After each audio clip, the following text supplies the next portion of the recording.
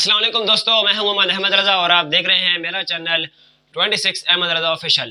دوستو پہلے کی طرح آج پھر میں آپ کو لایا ہوں ایک نہایت نصیحت آموز حکایت، اور ویڈیو شروع کرنے سے پہلے میرے آپ سے چھوٹی سی گزارش ہے کہ میرے چینل کو لائک، شیئر اور سبسکرائب کرنا نہ بھولیں، اور ساتھ میں دیکھے بیل آئیکن کو بھی لازمی پریس کریں تاکہ اسی طرح کی مزید ویڈیوز آپ تک بآسانی پہنچ سکیں۔ تو شروع کرتے ہیں آج کی ویڈیو کو۔ حضرت سیدنا معاویہ رحمۃ اللہ تعالی علیہ فرماتے ہیں کہ ہمیں ہمارے شیخ نے بتایا کہ ایک مرتبہ حضرت یونس علیہ نبینا علیہ الصلوۃ والسلام اور حضرت سیدنا جبریل امین علیہ الصلوۃ والسلام کی آپس میں ملاقات ہوئی۔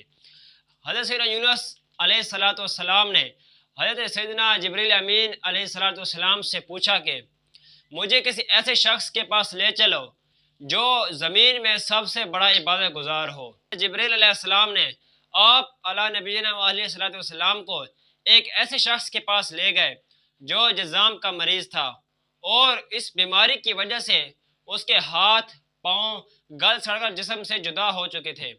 وہ صابر و شاکر شخص پھر بھی یہی کہہ رہا تھا کہ اے میرے پروردگار، جب تک تو نے چاہا مجھے ان اعضاء سے نفع دیا، اور جب تو نے چاہا تو لے لیا، تیرا شکر ہے۔ تو نے میری امید صرف اپنی ذات میں باقی رکھی۔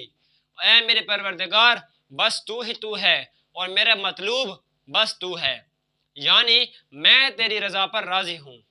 اس شخص کو دیکھ کر حضرت یونس علیہ نبینا علیہ الصلوۃ والسلام نے حضرت جبریل علیہ الصلوۃ والسلام سے فرمایا کہ اے جبریل، میں نے تو تجھ سے ایسے شخص کے بارے کہا تھا کہ جو بہت زیادہ نمازیں پڑھنے والا ہو، بہت زیادہ روزے رکھنے والا ہو، جو بہت زیادہ نیک ہو۔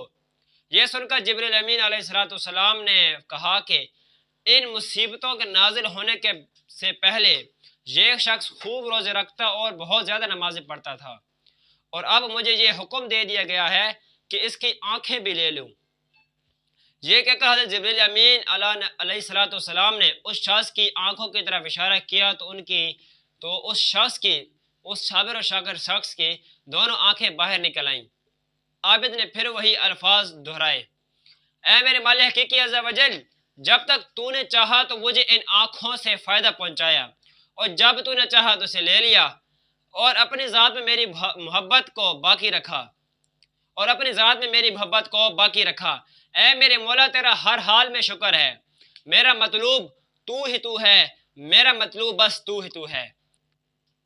یہ حالت دیکھ کر حضرت جبریل امین علیہ الصلوۃ والسلام نے اس عظیم صابر شخص سے کہا کہ آؤ ہم سب مل کر دعا کرتے ہیں کہ اللہ عز و جل تجھے تیری آنکھیں، تجھے تیرے ہاتھ اور تیرے پاؤں تجھے لوٹا دے، اور تجھے اس بیماری سے شفا دے دے، تاکہ تو پہلے کی طرح زیادہ نمازیں پڑھ اور زیادہ روزے رکھ اور پہلے کی طرح عبادت کر۔ وہ شخص کہنے لگا کہ میں اس بات کو پسند نہیں کرتا۔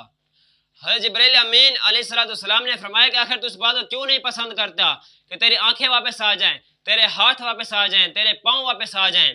وہ عابد بولا کہ اگر میرا رب عز و جل کی رضا اسی میں ہے کہ میں اسی حالت میں رہوں، بیمار رہوں، تو پھر مجھے تندرستی اور صحت سے کیا واسطہ؟ مجھے تندرستی اور صحت نہیں چاہیے۔ میں تو اپنے رب عز و جل کی رضا پر راضی ہوں، وہ مجھے جس حال میں بھی رکھے میں اسی حال پہ راضی ہوں۔ اس عابد کی یہ گفتگو سن کر حضرت یونس علیہ نبینا علیہ الصلوۃ والسلام نے فرمایا کہ اے جبریل، واقعی میں نے آج تک اس سے بڑھ کر کوئی عبادت گزار، کوئی صابر شاکر شخص نہیں دیکھا۔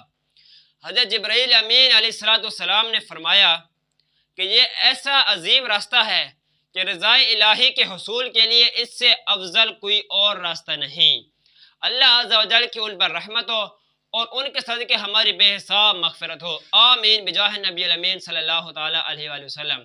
پیارے دوستوں، دیکھا آپ نے کہ اس عظیم صابر و شخص کی یہ حکایت کہ اس کے ہاتھ بھی ضائع ہو چکے تھے، اس کے پاؤں بھی ضائع ہو چکے تھے، اور جب حضرت جبریل علیہ السلام آئے تو اس کی آنکھیں بھی ضائع ہو گئیں، لیکن پھر بھی اس عابد کی زبان پر یہی الفاظ رہے کہ اے اللہ عز و جل، میں تیری رضا پہ راضی ہوں، تیری رضا پہ راضی ہوں۔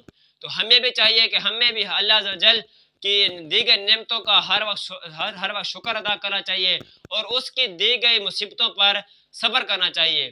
اللہ عز و جل ہمیں اس پر عمل کرنے کی توفیق عطا فرمائے، آمین۔